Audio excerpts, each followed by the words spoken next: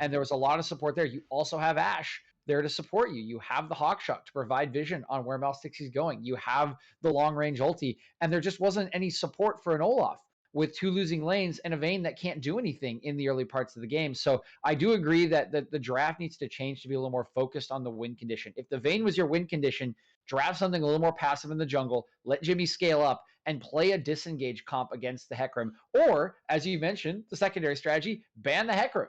That's your two choices. Or again, I guess a third one would be draft more support for Malstixie if that's how you want to play. But it was just a little bit desynced in that draft in game 1.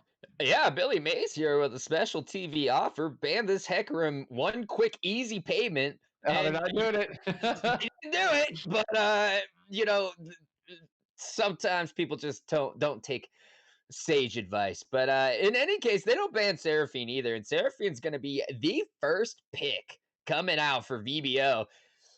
That's already kind of worry. It's a worrying trend. Yeah, that's actually very worrying for me as well, Juicebox. I love and despise this champion. I love it when it's on my team and I'm playing it. I hate it when it's on the enemy team. This thing is so strong, no matter how many times you've nerfed it. There's the Udyr, which still hasn't been banned away. They're going to hand this one over to Malstixie. I like the adjustment, trade one broken champion for the other here from Akuma, despite giving up that Seraphine. The real interesting thing is I know we are on 11.5, and both these champions have received more nerfs because they are still broken.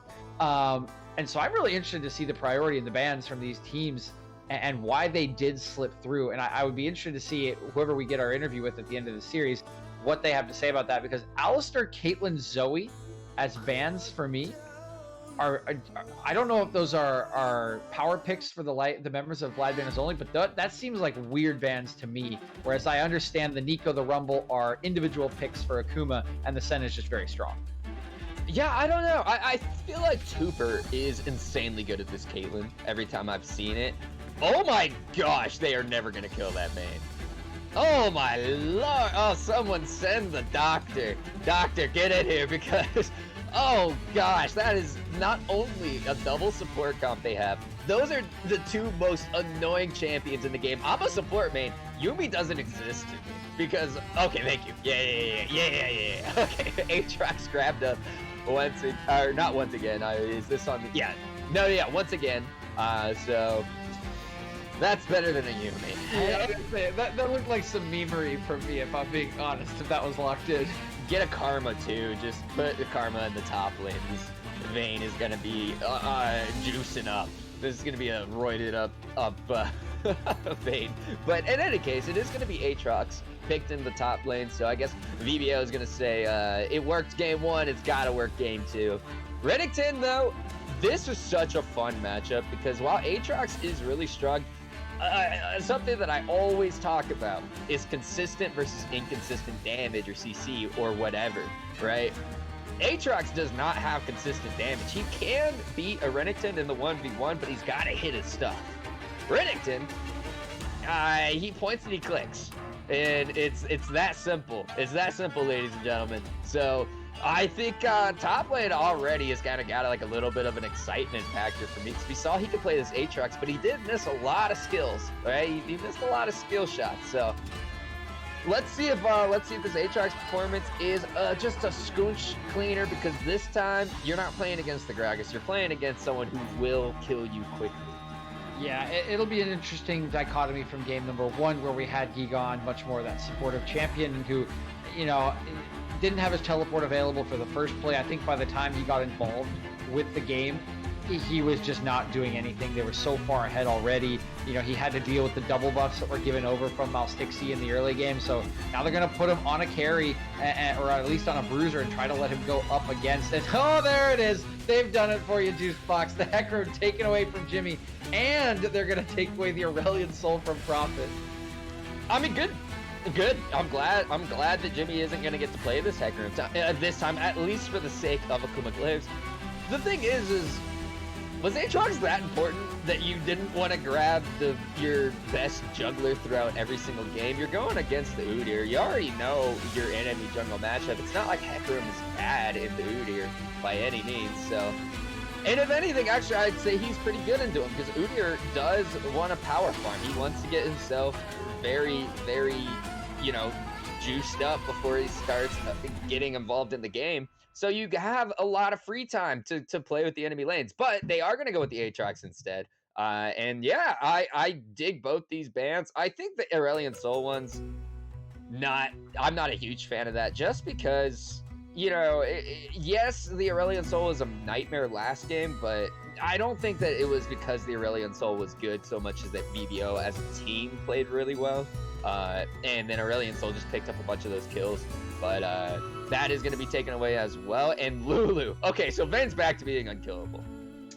Yeah, so we know that VBO has a tendency to try things in game 2s.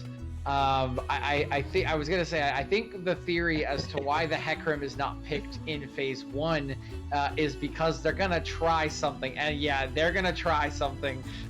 So this is a try composition for Vlad banners only. This is 100% on either an early game Elise snowball or just and then just piling gold into Vayne. I mean, they're basically going to take the comp that Akuma wanted to sort of play last game and say, yeah, no, we're taking it up to like 12. Like, Vayne has all the support in the world. They have a little bit of supportive damage on the Aatrox, which is even a little interesting because Aatrox usually wants to kind of fight on his own terms, and now you just got to fight around the Vayne. But it is full early game. Get this Vayne ahead, dive turrets, and just make life miserable for Akuma. And they've drafted. Oh my. Is that a Taliyah? That's a Taliyah mid lane. Okay, yeah. Wow. We have not seen a Taliyah mid lane in a long, long time. That is something that's usually reserved for the jungle, but with the Udyr pick, I think that has to be there. I'm interested in this because typically we see the Taliyah Renekton as the combination to pile onto top lane. And they can still do that, but it will require full roams. So I'm not sure if they're just going to swap mid waves and allow the likes of Malstixi to pick up waves, allow I Am No Jedi to just roam to top lane.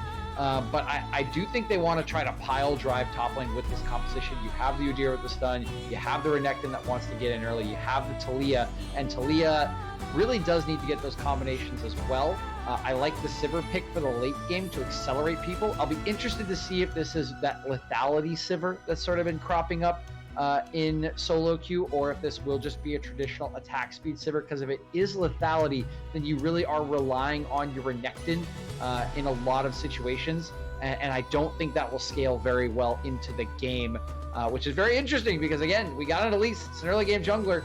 They want to pile that gold onto the Vayne, and if they really do go with a lethality Sivir, Akuma's going to be on a big time. Yeah, you know, I do like the thought of the lethality Sivir, because the thing is the boomerang, the Q from Sivir, that'll chunk out this Lulu and this, I'm already blanking, but it'll chunk out these squishy support champions that VBO have grabbed up for like half their health if a single boomerang hits. And that could be massive damage, but it does take forever. It takes so long for it to actually be useful. So I think I do want to see Akuma Glaives push the tempo. So maybe it's not the best idea in this specific game. It definitely is typically a good idea though, generally. But you know, like I was saying earlier, with the game times that Akuma Glaives generally bring to the table, is they do have I think it was one of the longest game times of anybody. I think it's the second longest. So they're not known for playing for these early games, right? Like they're known for sitting back for a little bit and then getting involved later on. And you saw in the first game, you know, I forewarned of this, that if they can't keep up with VBO early, one of the quicker game times, they can get rolled over. So yeah, I don't know. We'll see what they decide to go with the Sivir. That is actually something I'm super curious about. But overall comps, I don't know. Which one do you prefer? Yeah, that is a bit of a tricky one because I don't exactly know how strong this Taliyah is going to be. We haven't seen soloing Taliyah for a long time. It can be good into the Seraphine, but again, I think they're just looking to really roam top and dive Dust to Dawn over and over again. And I like that, but you're sort of you're sort of in this draft making it a 3 champion job instead of a 2 champion job.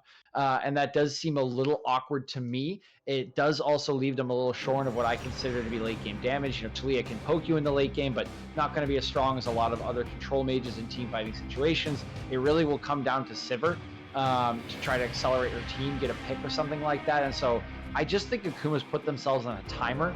Yeah. And for that reason, if they don't get it done, there is just a point that no matter what kind of Serpent Fang you build to try to ruin the shielding, Stingus is just going to run away with this game. So we'll have to see if they can execute. But I am going to lean a little bit towards Vlad Banner's composition because it's just going to be easier to execute as the game goes on. Yeah, I think you're correct. One thing that you have to note, though, with VBO is it does take some of their damage a little bit to get to that breaking point. You know what I mean? Like, other than Elise, Aatrox, while he doesn't need items, it makes his job a heck of a lot easier once he does get onto his 2 items. Vayne's kind of in the same boat, so you do have a little bit of time before those become real threats. And we saw Stingus, he played that supportive style in game 1. I've seen him play the carry style, so I think he's going to be just fine here too. So one specific thing I'm really hoping never happens is I don't want to see Talia use the Weaver's Wall to under the bot lane tower. If that happens, that's going to be the biggest facepalm in the world. Between the Condemn and the Polymorph, I mean, just picture the beauty, right? Like, it's a nightmare waiting to happen. So yeah, I don't know. I do also prefer VBO's draft. I think it's easier to execute. I think in a lot of ways it is stronger. I think that you are definitely 100% reliant on this Vayne to carry the game, though. And that is my only holdup with them. Yes, Elise and Aatrox can do it. I wouldn't count on that specifically to come to fruition. Yeah, that could be the case, but we'll have to find out in game number 2. Vlad Banner's coming off that stomp. Can they sweep the series, or are Akuma going to turn it around? We'll find out with Necrox and Doctor right after this.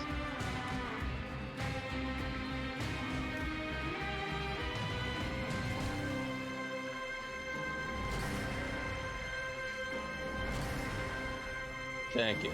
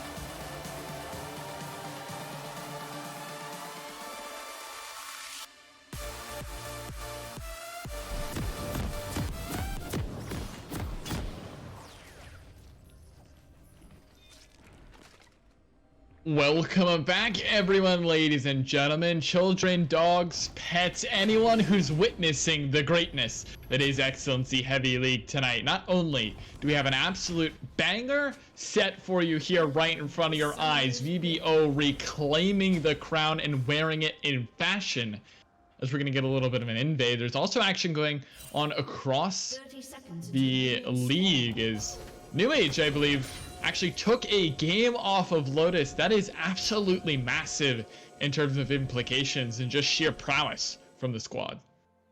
Yeah, congrats to them. We'll see after this if they can do it twice in a row. But for now, we do have Akuma Glaives versus Vlad Banners online. Oh, sorry, folks. It's Vlad Banners only. And they definitely picked up some compositions for themselves. I will give them that. I mean, Elise Jungle. I did say in the Discord that if you picked Elise mid, I would ban you. So Jimmy picking mid lane adjacent Elise, I think it might be worthy of a ban. Chat, it's up to you guys. I'll leave it to you.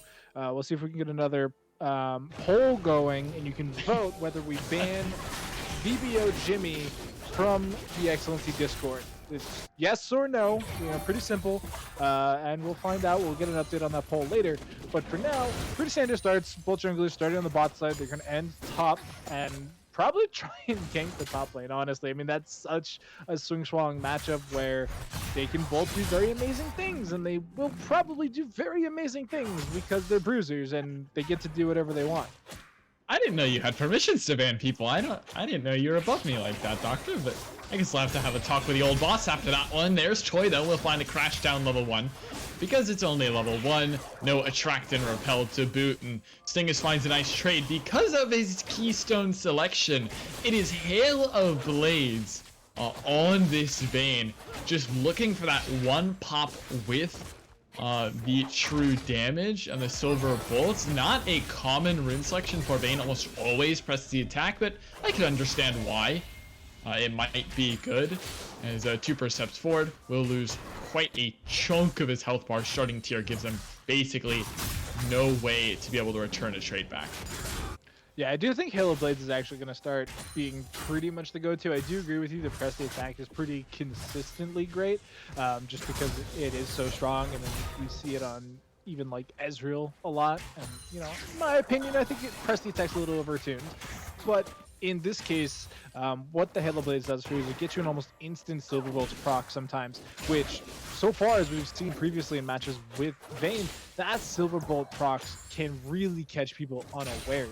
It's being combated with this Dark Harvest Sivir from Tuper, which does kind of lean into that lethality build that they were talking about on the desk earlier. And looking at some statistics, that does seem to be the most played build. It's got a 54% win rate across 2,000 games, so great stuff there. Looking at the matchup specifically, Sivir does win the lane into Vayne 50.9% of the time.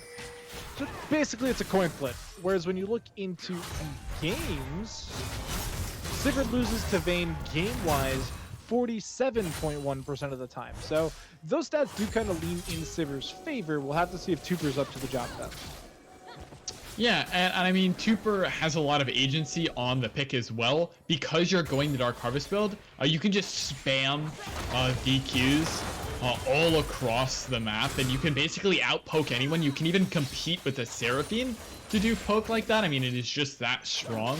It has been the new build for Sivir for quite a while. We'll have to see how it plays out in the game, though. I haven't seen Tuper on this pick, at least on stream at all in Excellency Heavy, so we'll see how it works out. Last game, Sing is absolutely dominating in the bot lane. Walnut putting in some work as well to get Jimmy on in, but here we go. There's the engage, and it's on to Walnut. As I praise him, the ignite ticks down. There's the cocoon, the flash forward from Tuper to find the kill, and here come the TPs onto the play. Jimmy's arrived, but the boomerang finds it, and Giga claims the kill. First blood on over to Akuma Glaives, but the rest of the fight will break out. Just to Dawn will find a return kill. It's a 1-for-1. Giga's in a lot of trouble, and make it a double kill on over to VBO, as Tuper is forced to run back to his tier 1, as VBO find a good response in the fight in bot side. pretty crazy series of events there. We get all teleports burned. I am no Jedi, the only one in the solo lane that doesn't have it, so they've just been calmly farming away, trying to get back up. But I mean, first blood going over to Giga, very different compared to game number 1, and he's on this carry champion, you know, that Renekton, already picking up that Vamp Scepter as well. Going to be feeling really good in this lane into, you know, the Aatrox, who, while also going to kill, is coming back with this Iron Spike Whip. So it's a little bit different in terms of what they're going to be doing in the lane for the next couple of minutes. Aatrox does have a little bit of that self-sustain we talked about in game 1, but look at this. They're getting ganked already. Yeah, they're going again. The Flash Bear Slap finds a mark, and of course it does. Dusk to Dawn has a lot of regeneration with the whip in hand, but he's whipped right down to the fountain as he will find the gray screen for the first time in this game. 2-2, return kill on the board here from Akuma Glaives. But what I really wanted to mention, well, not gonna get a chance, as Jimmy is interrupting me very rudely. The Dominus is popped, and what goes up will indeed come down, and Walnut's on the roam as well. There's a good pull of the Meek, but it doesn't matter as Jimmy finds a kill, but here comes the rest of the squad. Now Stixie and Jedi, there it is, the cleanse is there to avoid the CC, and Prophet has to get away, but his legs can't take him far enough. The flash forward from Jedi finds the kill, but now the turret dive into the lonely AD carry and Stingus. The attracted repel is there, but Trooper was tanking auto attacks and turrets the entire time. Toy is so low, taking creep damage, taking a lot of DPS. He may actually die to this if he's not careful. The return kill comes in. The tower shot aggro was reset, so Trooper will barely stay alive. A sloppy play, but we're not done just quite yet, Doctor, as the fight continues to break out. Now Stixie is immediately deleted in one shot after a great cocoon onto the bear. It's Spider versus Deer, and the Spider comes out on top. And coincidentally, at the same time, we do get the results from our poll in the chat. And it was nice knowing you, Jimmy. We'll see you next season. Maybe you can submit the appeal application to Zephyr. I know that he will be most kind in all the ways he typically is. And maybe we'll see you again sometime. Maybe we Zephyr is won't. nice. But I don't know if the stream heard you on that one, but I certainly did.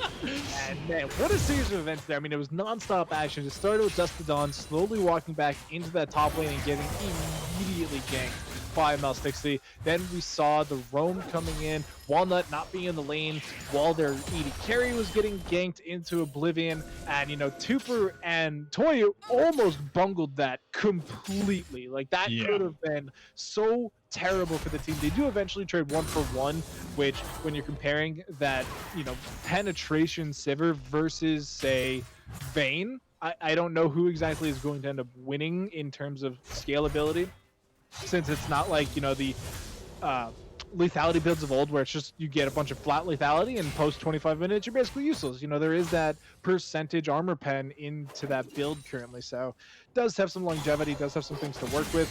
We also saw kills onto Jimmy once again, which the Elise pick probably has a little bit of life in it these days. I have seen, you know, full AP mid Elise do very well. It just kind of chunks people. You pick up the Cosmic Drive, you get a billion move speed, and you just run people down unrelentingly until they die. So maybe that is what we're going to end up seeing here from Jimmy. It was paired with the Everfrost though, so that's where I think the build may differ for Jimmy specifically, just because he's a jungle now. He doesn't exactly have a ton of economy to work with. Yeah, and especially with 11.4, right? We're on 11.5 now, but 11.4 had those massive nerfs to the jungle. Less gold, less EXP and all, so we will see how things turn out. But I wanted to mention that beautiful pairing that you were talking about. On the other end, this Vayne has a beautiful pairing of its own. Stingus has a Lulu late game, so while the Sivir does have the armor pen, but here we go, dive topside, Dust to Dawn, may just be one shot here, and that's the power of the Udyr. Run, stun, job well done. Under the turret they go, easy pickings there for Giga and Stixie, as no way away from Dusk of Dawn, no flash, no escape pattern. Looking for the return play on bot side is Jimmy. Not able to find anything, at least for now. Will just channel his recall. Interrupted though, was sitting on a ward. Yeah, I think there's actually a new ward from Toy that was placed down, because we did see Walnut clear that with the sweeper. They thought they were safe. They're... Oh, it's going to tried. Just not close enough. But yeah, this is, I think, part of the reason why we're seeing some more of these early game junglers come out, because of those nerfs specifically. And I do really like to play from L16 Giga to pay focus to a matchup that wasn't amazing for them earlier in the night. I mean, Dusk to Dawn on this Aatrox absolutely obliterated Giga in game 1. So to come back now, we're getting a little bit more jungle attention. It's going a lot better for Giga. The scoreline, it still doesn't look amazing because it's 1-2-3. You know, you're not thriving as this carry, but I do still think the pick overall. Bot side, Tooper is almost one shot, has to use both summoners to get away, but Toy is a real member that's in trouble. All that true damage is there, and Jimmy has found an immediate kill with a flash forward as well. There's a wild growth on the Singers, trying to get his way away. Now 60 is the one being turned on now as Prophet flashing forward for the assist. As VBO find themselves 2 quick kills on the bot side. Toy actually manages to find the way away. Stinger still! Oh, shielding from Walnut barely keeps the Vayne alive. May have been what is number 2 from VBO spot lane tonight. Yeah, what are these VBO bot laners not understanding about towers? Like, first we see Walnut just face tanking it in game 1, and now Stingus says, "My turn, coach." But, oh, no, man, that's just bonkers. What's crazy is that Tooper managed to get out alive by blowing both summoners, and then just barely walked forward enough that Jimmy was able to punish him. And Jimmy picking up a kill there, and the gifting another one over to Stingus was so clean. It looked very scary for a second because the Udyr is so incredibly strong on 0 items, and almost was able to pick up a kill, maybe even 2 there for a little bit more assistance. But they managed to keep everybody alive. Walnut looking much better here on the Lulu in game number 2 than in the Bard in game number 1, and it's just so much easier to execute. You just got to push E and W when the Udyr runs at you. That's really all you're doing this game, and it's working out great. And we're seeing the shielding power come in from Prophet and Walnut, sort of, kind of. Walnut obviously less so far, but it is concerning. And it brings up the conversation that we were having off broadcast with the rest of the crew. Is Serpent Fang an actual item you can build? Oh, Toy. Oh, the Condemn! No, Stingus. That is disaster. The Condemn pushes Toy out of the Encore from Prophet. That is dyssynergy if I've ever seen it. Toy, yes, he loses a lot of his health bar, but he's lucky to even be alive as Rift Herald was indeed the target, but without any kills, no one can push forward. A lot of damage billing out onto Toy. Look at that passive damage from Prophet just find its mark. But regardless, no blood quite spilled near this Shelly, as though the damage will push Akuma Glaives away. VBO look to take their second objective in a row. Good stuff from them. They get the Dragon, they get the Herald. It's a super late first Herald, so they're almost guaranteed, unless they use it right now, to not get plates. And because of that, look at that. Jimmy just runs mid, puts it down, and they need to get the goal. They have 30 seconds to shove this wave, and we'll have to see if they push for the tower. They have a huge numbers advantage here, so I can very well see them. Toy has such a beautiful setup here and gets the wild growth will find Jimmy, so it'll keep him safe. But what goes up, indeed, it must come down. And Jimmy has to return to the fight. Condemn will push Toy into the wall, but here comes Jedi. That's a good stun to set up the rocks, and he throws another one into the back of Stingus, as he will find his 3rd death of the game. It's a good pick from Akuma Glaives to punish the overextension. You're mentioning how they might push for the turret, and Akuma Glaives will deny any some sorts. Great crowd control coming out from most members of the Akuma Glaives there. They laid it very nicely. And even though the engage from Toy was a bit kerfuffled by that wild growth, it was still very effective. You still have all the follow-up abilities coming in from the Rel that made that play possible. Obviously, you had Mouse Dixie coming in as well in that bear form, lightning quick as well, just because it's so fast. What are you supposed to do? You had Iron No Jedi come up nicely at the very end there to really secure the kill. And I think that we're starting to see a much better Jedi this time. You know, they're not being bullied as much by that long-range Durelian Soul. They have a bit of a free matchup here since Prophet on this Seraphine isn't super high priority. You know, we all talk about how broken OP Seraphine is, but there is a period of time in the game where she's simply not. And we're seeing Iron No Jedi play around this very nicely. You know, they've got the CS lead slightly. They are being able to get more done across the map, it would seem, in terms of just raw. Here we go. The fight breaks out in top side. Jimmy, well done to get over the wall, but a lot of damage spills through onto the spider, but will be able to crawl away. Toy, to be fair, taking a lot of damage for this one as well.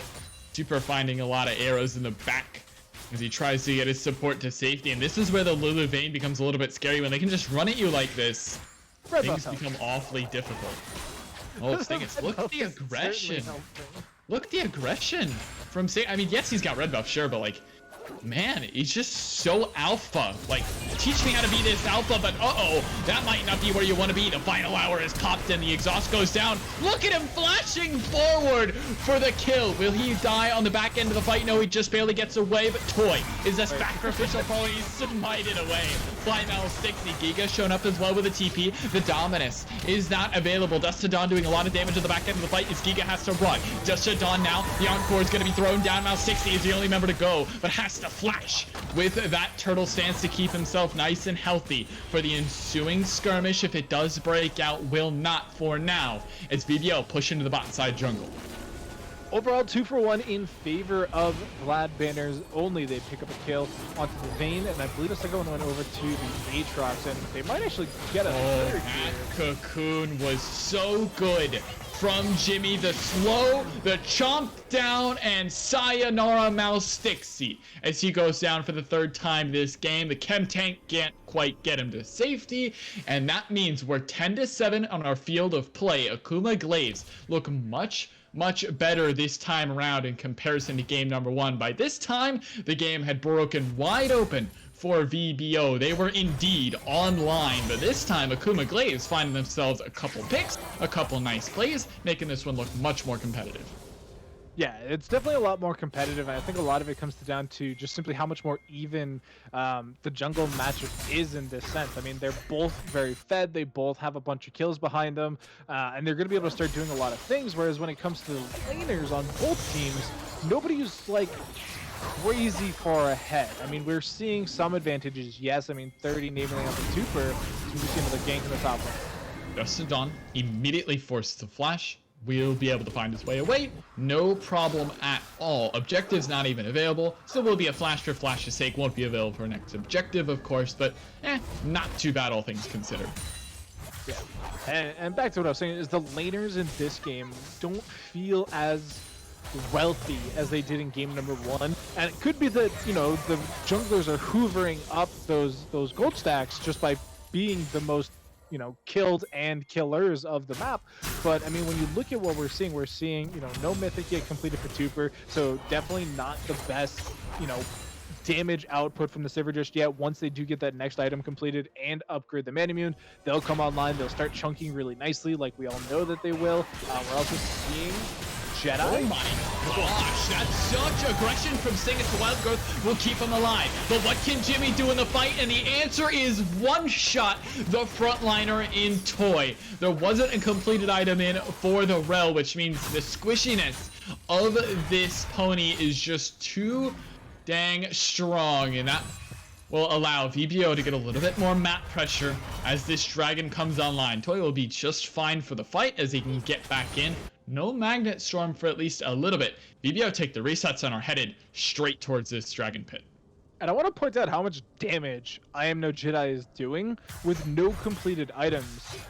They do have a ton of pieces, and they are going to be picking up a Mythic and a Banshee's Veil very soon. You know, they went for the hotly contested Verdant Banner, you know, that early magic resist item that gives you so much gold efficiency. And while it does delay your Mythic a little bit, they're at 900, or call it 1,000 gold right now. We're about to see a team fight, so they're in a good shape. They have this blue buff on them ticking away, and so they're chunking. They're doing a ton of damage to these squishy members of VBO. If they are allowed just free reign, they will do a lot of damage in this upcoming team fight.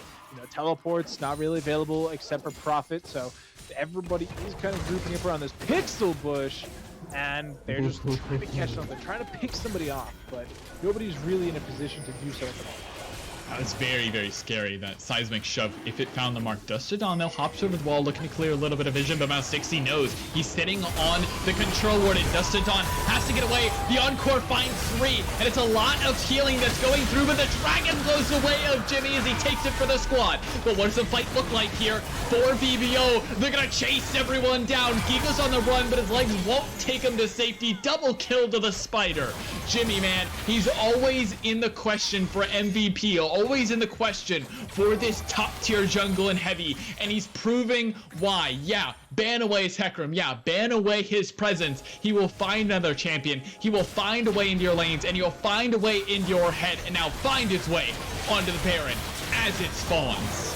That was such a weird team fight from Akuma Glaives. I mean, once Dustodon goes over the wall, they were alone. There was zero help from them for the longest time. Eventually, sorry, Jimmy, I thought Jimmy was dead there. But eventually, Jimmy takes the blast cone over the wall into the dragon pit. They get a little bit of assistance. Yes, that Encore lands on the multiple members, but for the most part, Dustodon was very isolated and very alone. And you see Toy kind of recognize that and got aggressive. But what happened is Velstix completely just abandoned the dragon, and whether they were trying to pull it out of the pit to, you know, get some better positioning of it, or if they just were deciding that it wasn't the play to go for.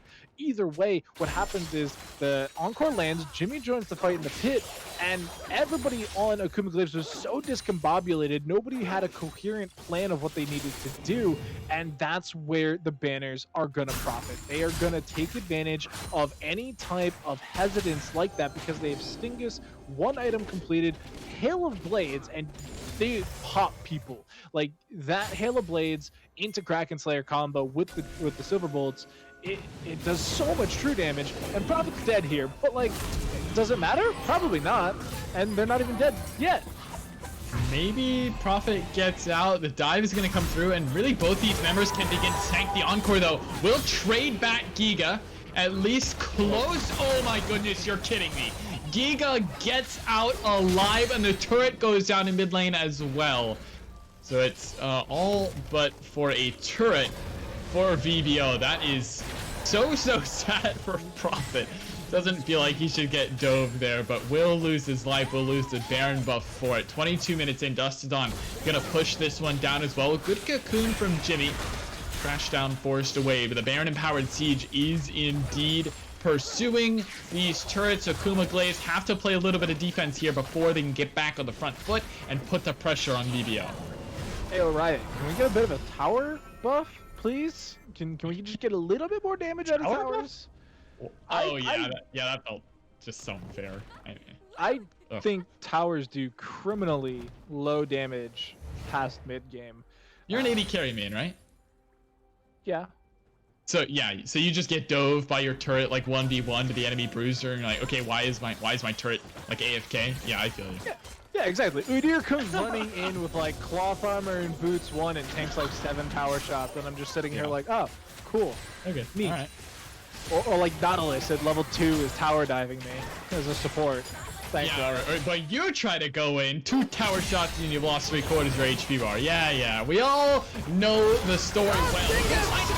And the fight will break out immediately. Encore's gonna find the lead, but the fight is still gonna break out now. And Stingus is immediately deleted, tries to flash away, but keeps the exhaustion, couldn't get it off just quite in time. Dustodon tanking up the tower. He gets a lot of tankiness. Toy here on the front lines. Healing comes through. Prophet will keep everyone alive. That was a quick team fight, and decisive action from BBO will cost them their AD carry. Stingus, the only one to fall in the fight. The turret still standing. Giga here in the front line to defend.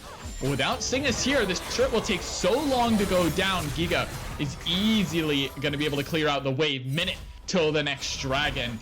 That was scary. That could have been a game-deciding fight.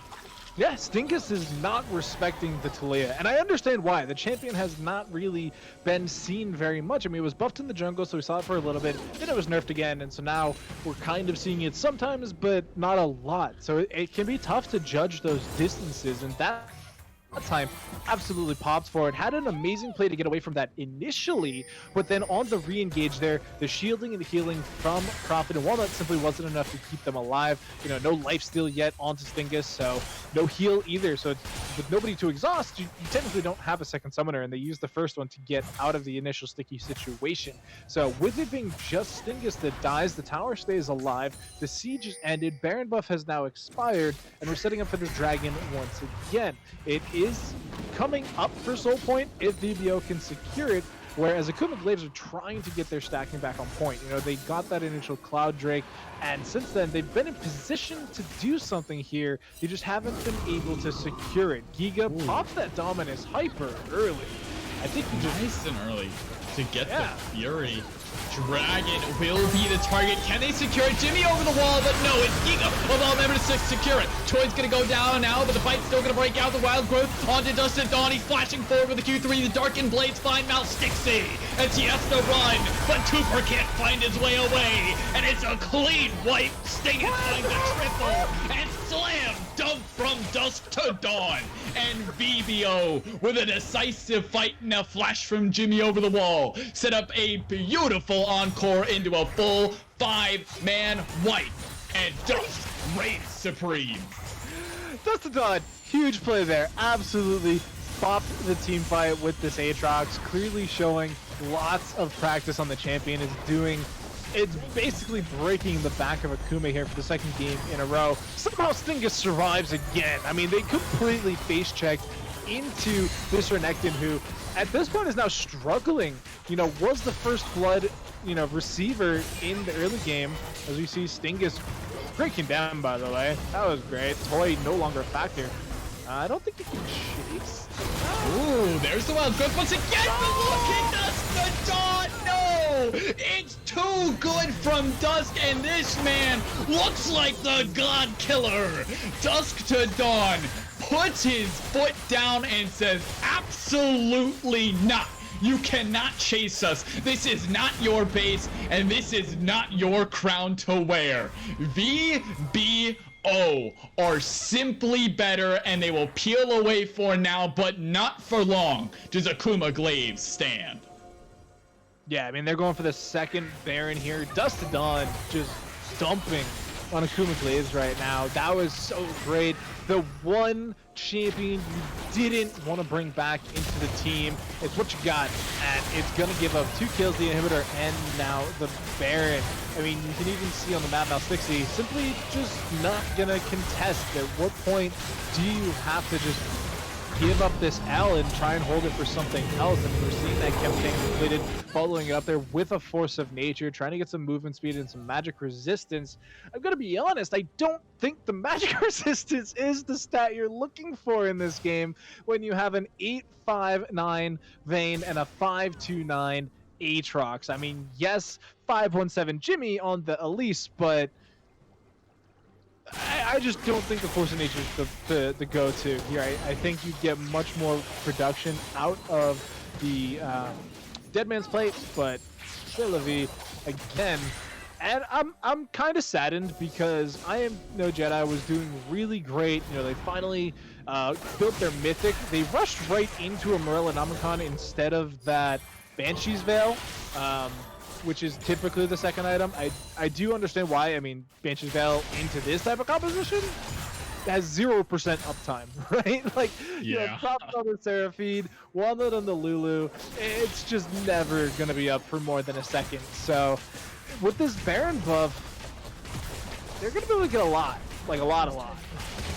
Yeah, and it might just be everything. The last stitch defense here from Akuma Glaives is this tier 3. It is one of their only remaining turrets on the map outside of their Nexus turrets, and they're drawing the line here. If they give this one up, the inhibitor would only be soon to fall. The Weaver's Wall will go through, denying a little bit and buying a little bit more time as well, as the rocks are thrown onto the cannon minions, but it's too late. The turret has fallen, and VBO got what they were looking for. Yeah, and they still have the Baron buff. They can still keep pushing this. I mean, they got another wave primed and ready. It's got a cannon in it as well. And the wave clear from Akuma Glaives is great. I mean, they have that penetration saver. They have the Talia. but the damage is also quite great as VBO pick up their second inhibitor with 45 seconds until Ocean Dragon. Good lord, that healing from Prophet. I mean, lands 1 Q and all of a sudden his team feels like it's full HP. A lot of damage now spilling through, and the Encore only finds one. The Tuber just cleanses for no reason. This is going to be your game-ending fight. Dust to Dawn. Look how healthy he is. Sure, he's got ignited, but he's got a Lulu pocket, and Stingus is putting in the autos. He'll lose his life for it. It's a 2 for 2 to be fair, but the Nexus was always the target. Dust to Dawn. Yeah, he's got a lot of shielding, but the Nexus is indeed already dead, and VBO convincingly take this one 2-0. Yeah, bit of a slower game. Dust to Dawn, though, flat out won the game. So many great plays in a row. Was even rewarded with the 50 gold for claiming the Nexus itself. And, you know, we're talking about a statement game. Like, that was insane. Da-da-da-da-da. With this 2-0 victory, they actually steal away the second place spot from Akuma Glaives and now sit as the only team behind Glaive Amethyst, the so far undefeated monsters of Heavy League. VBO leave up the Udyr. They say, sure, go ahead, take it. They give it away, and they still win the game. Confidence, performance, and outright Chad-like maneuvers from VBO will take a clean 2-0 series to break it all down and what it means for the league and how they accomplished it. Right. We're going to throw it on. What's up, Doctor? Vote in the poll in chat for your MVP. Indeed. Vote in the that's a good idea. I mean, I got an idea, but I'm not going to influence chat. That's not my job. I want to hear what chat has to say, but to break it down, indeed, we will go ahead and throw it on over to our analyst desk to tell us what it means. Don't give it to Jimmy.